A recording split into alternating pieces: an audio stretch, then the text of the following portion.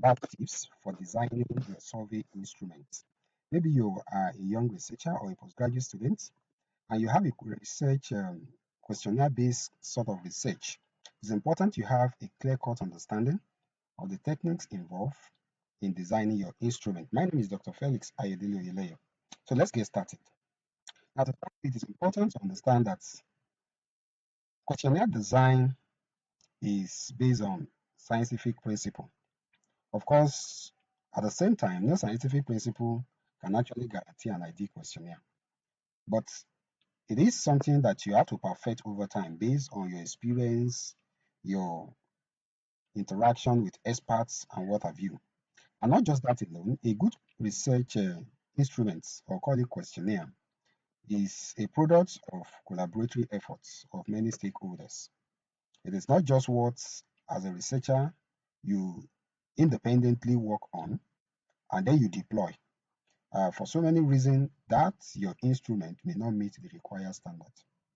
And of course, we have statistical tools that you need to get familiar with that will help you or will guide you in the quality of the research questionnaire or the survey instrument you end up with. Now, it's important to mention that there are three forms of questionnaire. The first form I'm going to talk about is the adopted questionnaire. You want to conduct a survey. The reality is that you are not likely going to be the first person to conduct a survey on that subject matter. So it is possible others have conducted several surveys, maybe similar to what you have done. So the first step to take when you want to conduct a survey is to look out for previous publication, research article that is similar to yours, and they have also used your same research design, maybe use of the questionnaire tool or instrument for their work. So there are times you may not need to reinvent the wheel. Just adopting their research survey instrument may be sufficient for your study. More importantly, if the only difference between your research or your study is just based on location, but perfectly the same concept, the same idea. So an adopted concept of questionnaire may be suitable for that. Now, we also have what we call the adapted questionnaire.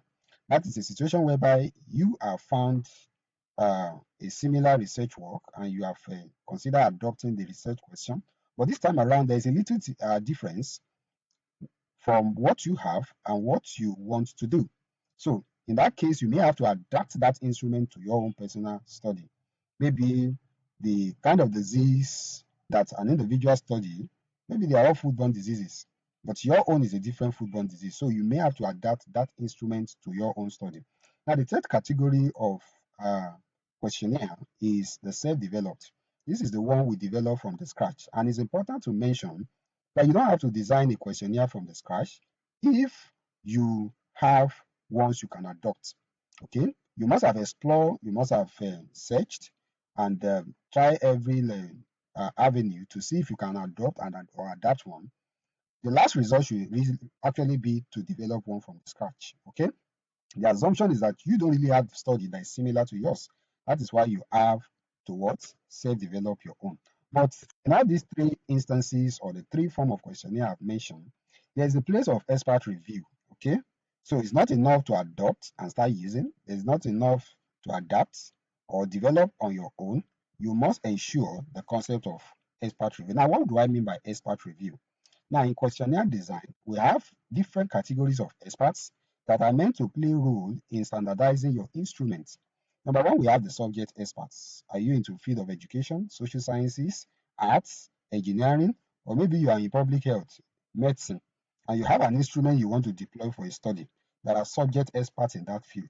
It is important you allow them to look at your instruments to check for the relevance of the items and the clarity of the items you have put together. So we have the subject experts. We also have the statistician.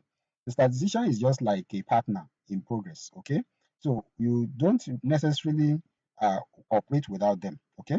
Because ultimately, when you gather the data from the field, you need a statistician to make sense out of your data.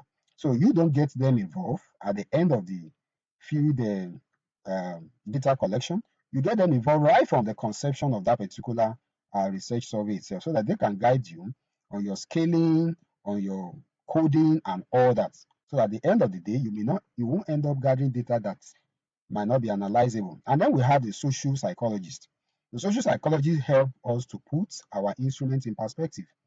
The reality is that situations differ from one society, one community to the other. So social psychologists understand how people reason from one, so they will be able to guide you, and they are also closely linked to language experts. Research questionnaire or instrument or survey tool can be designed in different languages. Sometimes you are conducting a study to native people. It may be most appropriate to design that instrument in their own native language for you to get accurate data. Of course, this is one of the things that will enhance or increase the credibility of your research work. So now, having explained that, it's important to understand that questionnaire-based study usually starts from your objectives. It is important that the objective of your study aligns with the needs to design a questionnaire. Many a times, people talk about using a questionnaire-based study, and yet you realize that in their research objectives and questions, there is no pointer, there is nothing linking or necessitating the need for a questionnaire. So it's important you make sure that your research objectives and questions call for the need for questionnaire, okay, or survey instrument. Now let's have some example of research questions. Now we have three different research questions on this slide. Now, if you look at the first research question, you will realize that that is a laboratory form of investigation for those in sciences. While the second one is also laboratory in focus. Finally, when you look at the third one, the research question there has a calls for the needs of a questionnaire. So we call it a questionnaire-based survey. Okay, so you must have a research question or research objective, as the case may be, that speaks for the need for questionnaire. So it is important because questionnaire is like an instrument for measuring a particular concept that our research objective is set out to achieve. Okay, now we have that same research question. By the time you pull it up, then you can begin to look at the different concepts or dimension in that question that you want to use an instrument to measure. We have the knowledge, we have the attitude, and we have the practices. So it must be clearly indicated what you intend to measure. What is the level of knowledge, attitude, and risk practices among slaughterhouse workers that affect human health and physical environment in the abattoir? So we want to establish knowledge here. Our goal is also to look at the attitude and then practice. These are what we call dimensions. These are the dimensions in your research question that you want to measure, and that is why you need a research questionnaire or a survey tool. Okay, so having isolated them as your dimension, okay, you have another example here of research questions. Okay, the first one is laboratory. The second one is questionnaire based. What's the level of awareness of antimicrobial among poultry farmers? So we are interested in establishing awareness. So what we want to measure must be established, must be clear, must be distinct. Okay. The third example is what is the perception of people in Aba village about COVID-19? So that's also a questionnaire based survey. So the emphasis here is that your research question must speak for the need for a questionnaire or a survey instrument before you consider deploying a questionnaire. So having extracted the dimension from your research question, it is from these dimensions that you begin to generate items. What we mean by items are what you call questions. Okay, but many a times we call them questions, but they are not necessarily questions. Sometimes they may be statements. Okay, that you want someone to affirm to, or to decline, or you want someone to establish a measure of agreement, maybe using a Likert scale. So these are what we call items. So it is from this research dimension you've established from your research question that you begin to craft out item in a very clear and within the relevant scope to measure that particular dimension. Okay, now having done that, it's important to also measure that in questionnaire design, there is the place of integrity check on your instrument. You have what we call the pretest. The pretest is the measure of your validity, the validity of your instrument. Well, we also have what we call the pilot testing of your instrument, which measures the reliability of your instrument. Now, by reliability, we are talking in terms of your work being reproducible. Okay. Many a times, before conducting a major study, you must conduct a pilot study to establish feasibility of the major study. Otherwise, if you want to, maybe you are doing a survey and it's going to take you working with, say, 50,000 respondents, it's important you conduct a pilot study so that you don't run into a problem after deploying so much resources. So a pilot study will involve working with, say, the first 100 or 200, and then you do a kind of reliability check on that particular response to be sure your instruments that you are using is actually reliable. Everything borders on the questionnaire we want to deploy. We want to check the integrity of that questionnaire before we deploy them. So, but how do we conduct validity check? Okay, the protocol is here on the slide. You set up a kind of panel of 6 individuals. You have 2 potential respondents, you have field experts, you have statisticians.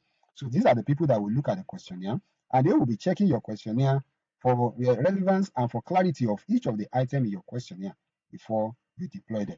So in conclusion, it's important we understand that a questionnaire-based research, the quality of a questionnaire-based research is dependent on the quality of the instrument itself, which is the questionnaire. You must have done thorough work on that instrument. That's number one. And number two, there is need for proper administration of that instrument. There are different ways for administering questionnaire. If your questionnaire is best administered via an interview approach, if you give it out for self-filling, okay, respondent will not likely do exactly what we are, and it will affect the credibility of your output. And of course, the final one is careful analysis and interpretation of the finding. So you can appreciate that questionnaire is a very specialized design is a very specialized concept, and you need all the guidance you can get. And I can assure you, on this channel, you can get all the guide you need on questionnaire design. But don't forget, it is research and statistics, and a lot you can get here. Please share my video, subscribe, like, and drop a comment. And if you have any concept that is not clear, don't hesitate to drop it in comment section. My name again is Dr. Felix Ayodele. I'll see you in my next video.